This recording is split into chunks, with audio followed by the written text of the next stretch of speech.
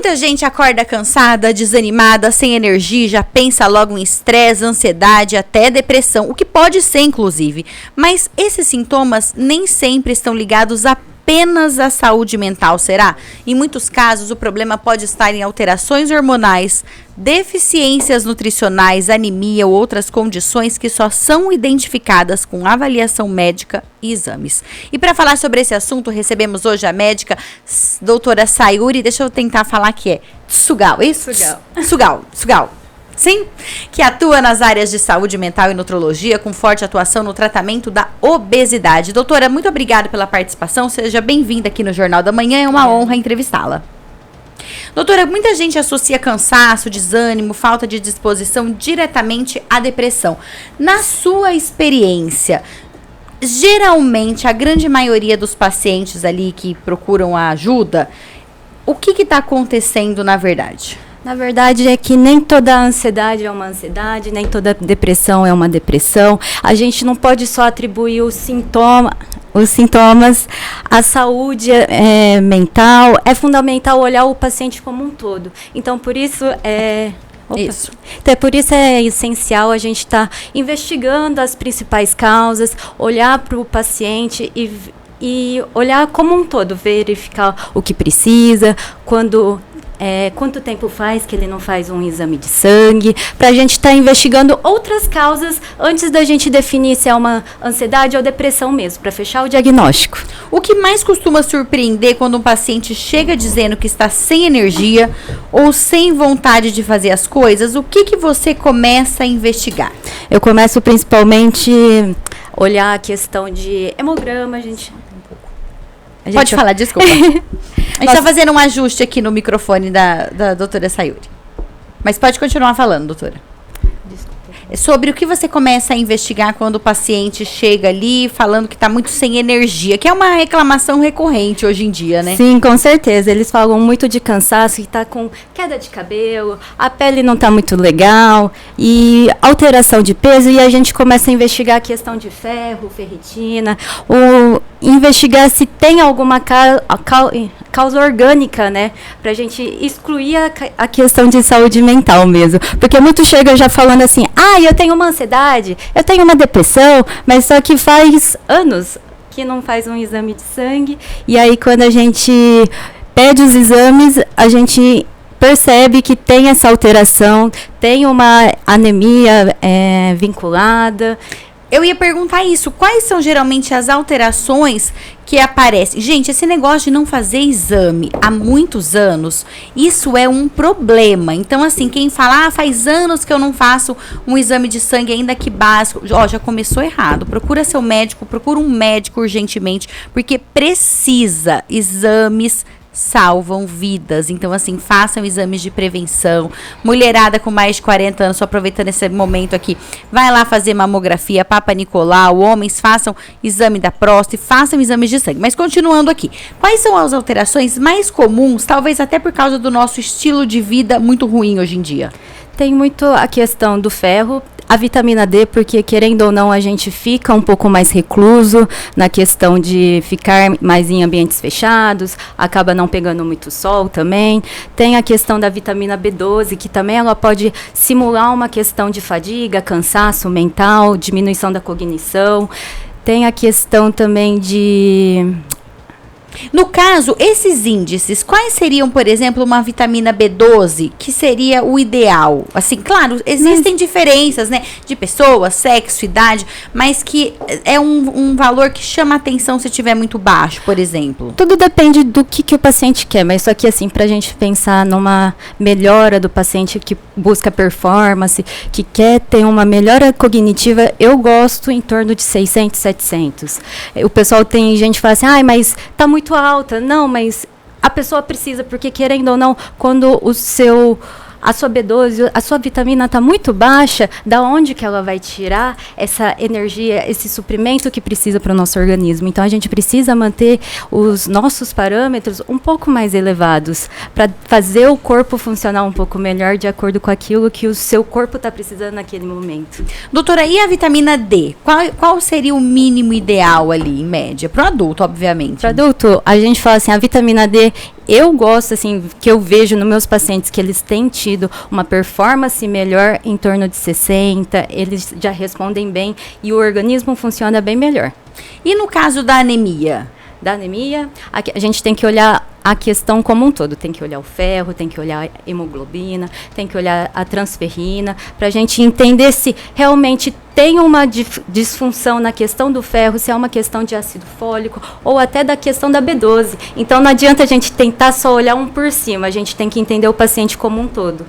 Doutora, e quando a pessoa fala assim, eu não sinto nada, então eu não preciso fazer exames, isso é um perigo, né? É um perigo. E também não adianta a gente se rotular assim que todo paciente é igual ao outro. A pessoa pode não apresentar nada e ter várias alterações. Porque a pessoa entendeu que aquilo é o normal dela, e sendo que aquilo não é o normal dela. Porque faz longos anos que está daquele jeito e ele não consegue mais entender o que seria melhor do que aquilo.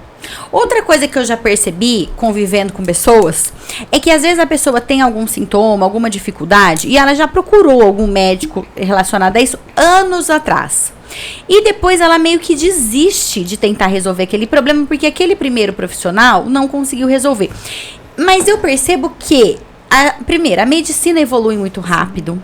Existe diferença entre profissionais, existe diferença entre momento da vida que a gente está. Às vezes um tratamento não deu certo e a gente acaba desistindo, mas tem outras opções. Então, assim, isso que você está falando é muito importante da gente não normalizar algumas coisas. Meu caso não tem solução, tenho isso e pronto, acabou. Não, muitas vezes tem um medicamento novo, tem um tratamento novo, tem uma pesquisa que mostra algo. Por isso que é importante sempre investigar? Sim, com certeza, porque às vezes a gente acha que é uma questão fútil e não é, porque todo paciente tem uma questão, ele vem com uma carga, ele vem assim, doutor, eu já tentei várias vezes, nunca deu certo, por que agora vai fazer diferença? Mas só que eles não conseguem ver que antes, às vezes, ele não era olhado como um todo, ele não era cuidado como um todo, e isso faz diferença no processo do tratamento. Tem muito paciente que chega com a obesidade e fala assim, eu já tentei fazer dieta, eu já tentei academia, eu faço tudo certinho, por que não dá certo? Mas só que aí, quando a gente vai olhar a questão do organismo dele, não está tão em equilíbrio quanto ele pensava. Doutora, eu ia falar sobre isso agora. Isso é uma coisa recorrente no processo de emagrecimento. E aí a gente sabe que as canetas famosas chegaram revolucionando esse processo do emagrecimento. Tem muita gente tendo muito resultado. E a medicação também, ela funciona muito bem, de uma forma que as pessoas sempre sonharam. Finalmente existe algo assim. Mas também não é uma solução mágica, né? O que é mito e o que é realidade nesse processo? Esse processo é assim, a caneta, ela é uma ferramenta. As pessoas têm que entender a caneta como uma ferramenta e não achar que ele vai ser o remédio milagroso, porque ele realmente é milagroso. Que eu posso usar a caneta e comer o que eu quiser e continuar com o meu estilo de vida, continuar sedentária e continuar, quer dizer, comendo o que eu quiser, entre aspas, porque ela tira bastante o apetite, mas que eu posso ter uma alimentação que não é balanceada, que não é nutritiva. Não adianta. Quando a gente pensa nas canetas, a gente tem que trabalhar numa questão multidisciplinar. A gente precisa do educador físico, a gente precisa do nutricionista para ajudar nessa transformação. Porque a questão da medicação, ela vai ajudar a diminuir a questão da fome, mas só que nesse processo você tem que mudar totalmente a sua questão disciplinar em casa. Você tem que mudar a sua alimentação, tem que colocar as atividades físicas no seu dia a dia, porque você vai perder peso naquele período. Se você não melhorar naquele período que você está fazendo uso da medicação, como que você vai ficar sem a medicação?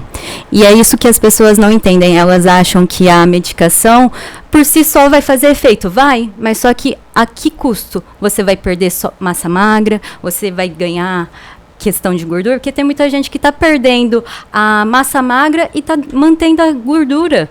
Então, o que adianta isso? E aí, mais pra frente, a gente vai ter outro problema, a questão da sarcopenia, que é a perda da massa magra. E como que a gente faz com isso? Isso é uma coisa que ultimamente tem sido bastante falada e que muita gente tinha medo, muito medo de engordar. Hoje em dia, depois de certa idade, principalmente, a gente tem medo justamente de perder massa magra, porque a gente sabe o quanto é difícil conquistá-la. Já é difícil. Você faz ali, treina musculação, faz dieta direitinho, aí você fala, ganhei meio quilo de músculo ou 1 quilo de músculo, às vezes quando dá muito disciplina ali.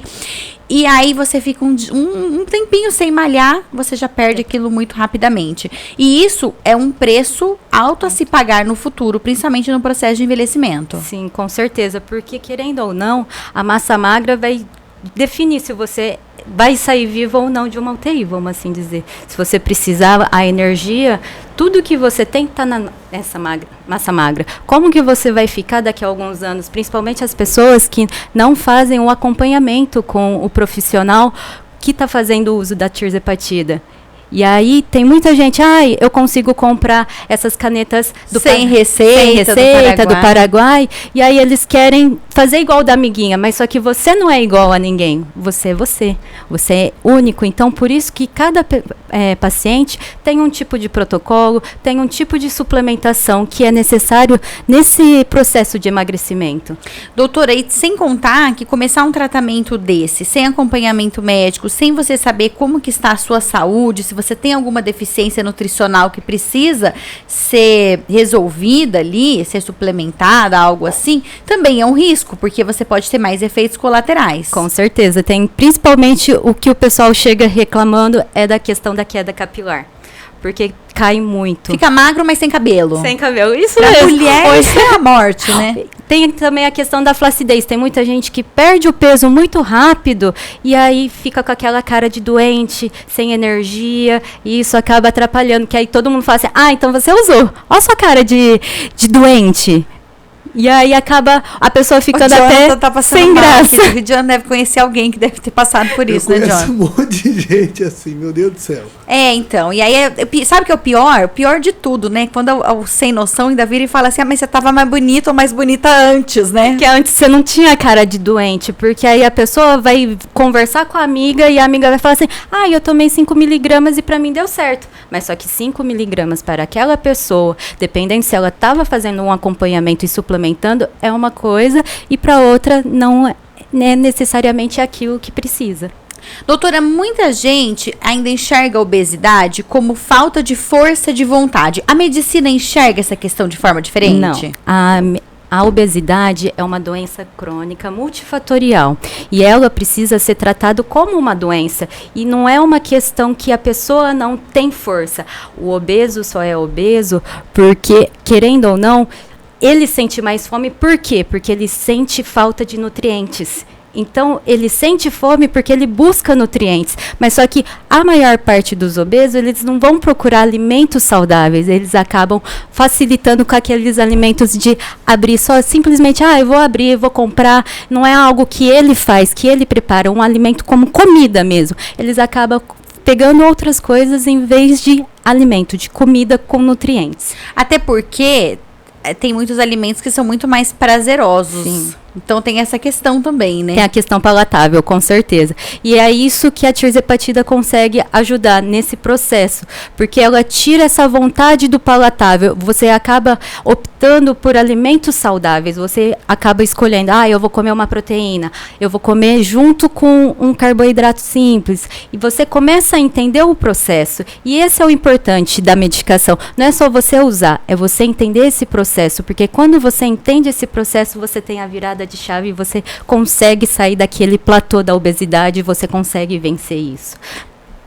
Desculpa, pode concluir.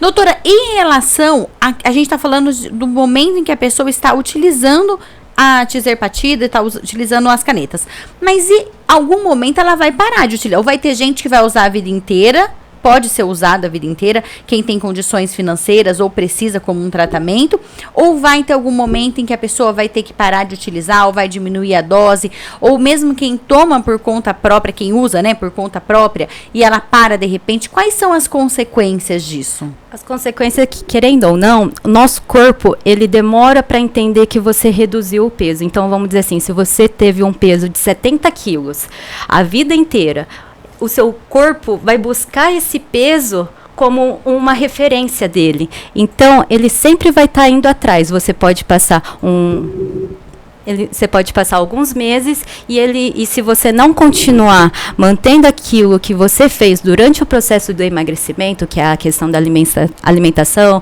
das atividades físicas, ele vai querer retornar esse peso. Então, leva uma média de quase 1 ano para ele entender isso.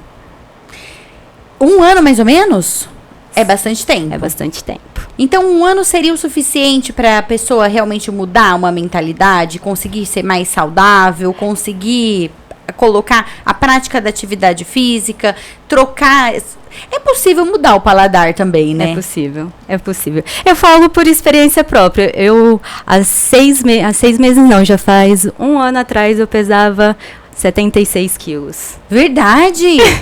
Gente, ela é um mignon. Quem tá acompanhando a gente aqui, ela é mignonzinha, pequenininha, não dá nem pra imaginar. Hoje eu tô com 54 quilos. Eu fiz todo esse processo, estou passando por esse processo da questão do desmame da medicação. Hoje eu tô com microdoses, que eu tomo semanalmente só para ir desmamando, para entender como que o meu organismo funciona, para a gente conseguir fazer todo aquele processo de entender o que é a alimentação no meu dia a dia, de eu não me culpar por estar comendo e curtindo com meus amigos, com a minha família.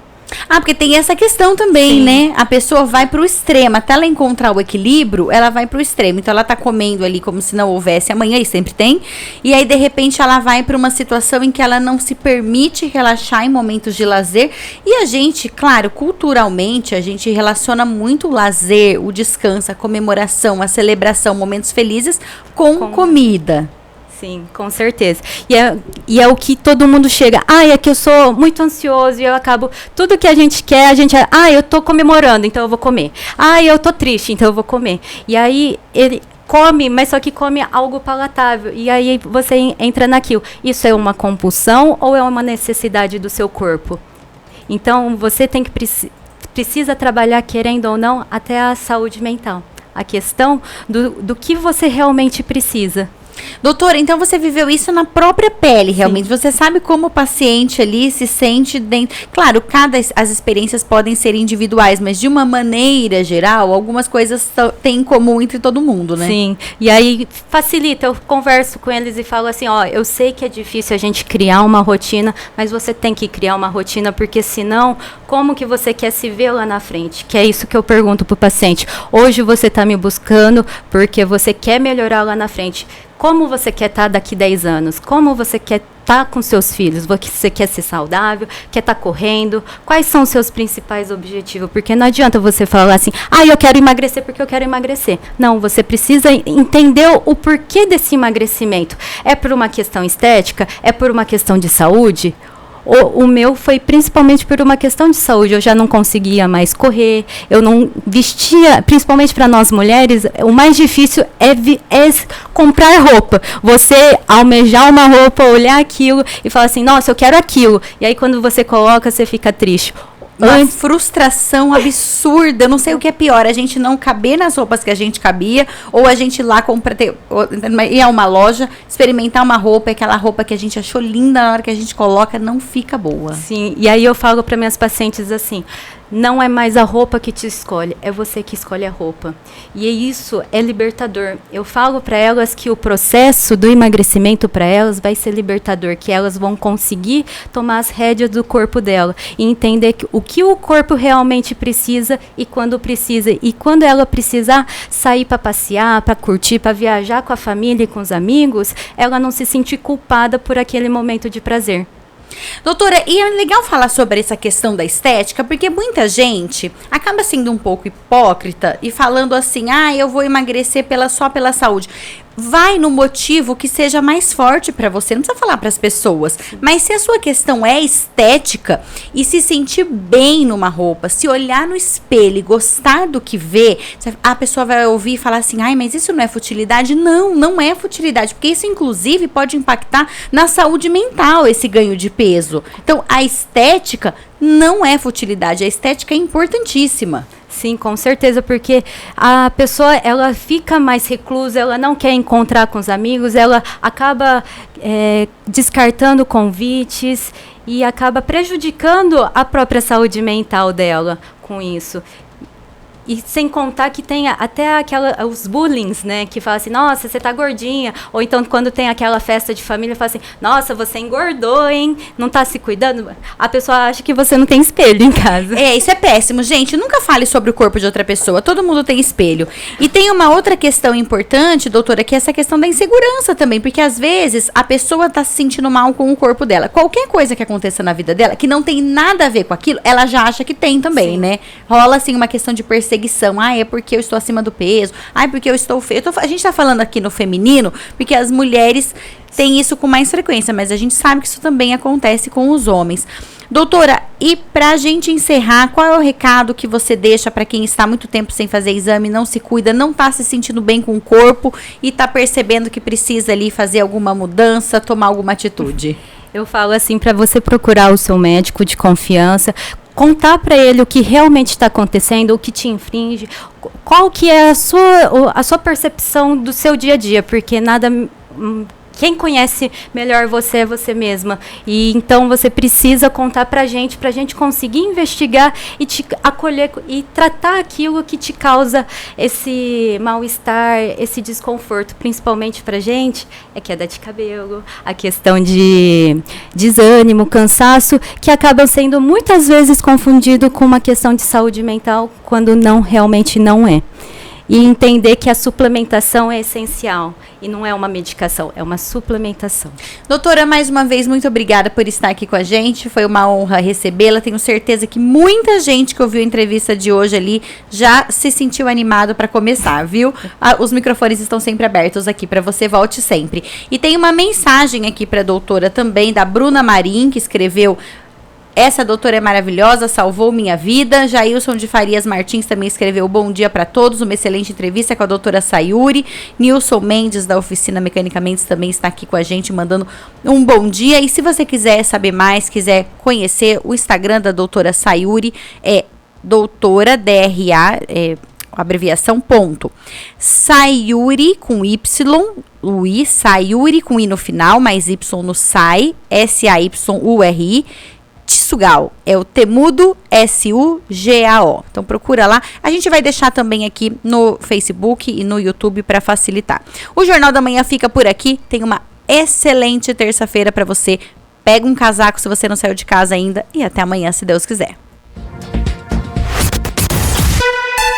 Você ouviu na Jovem Pan Jornal da Manhã.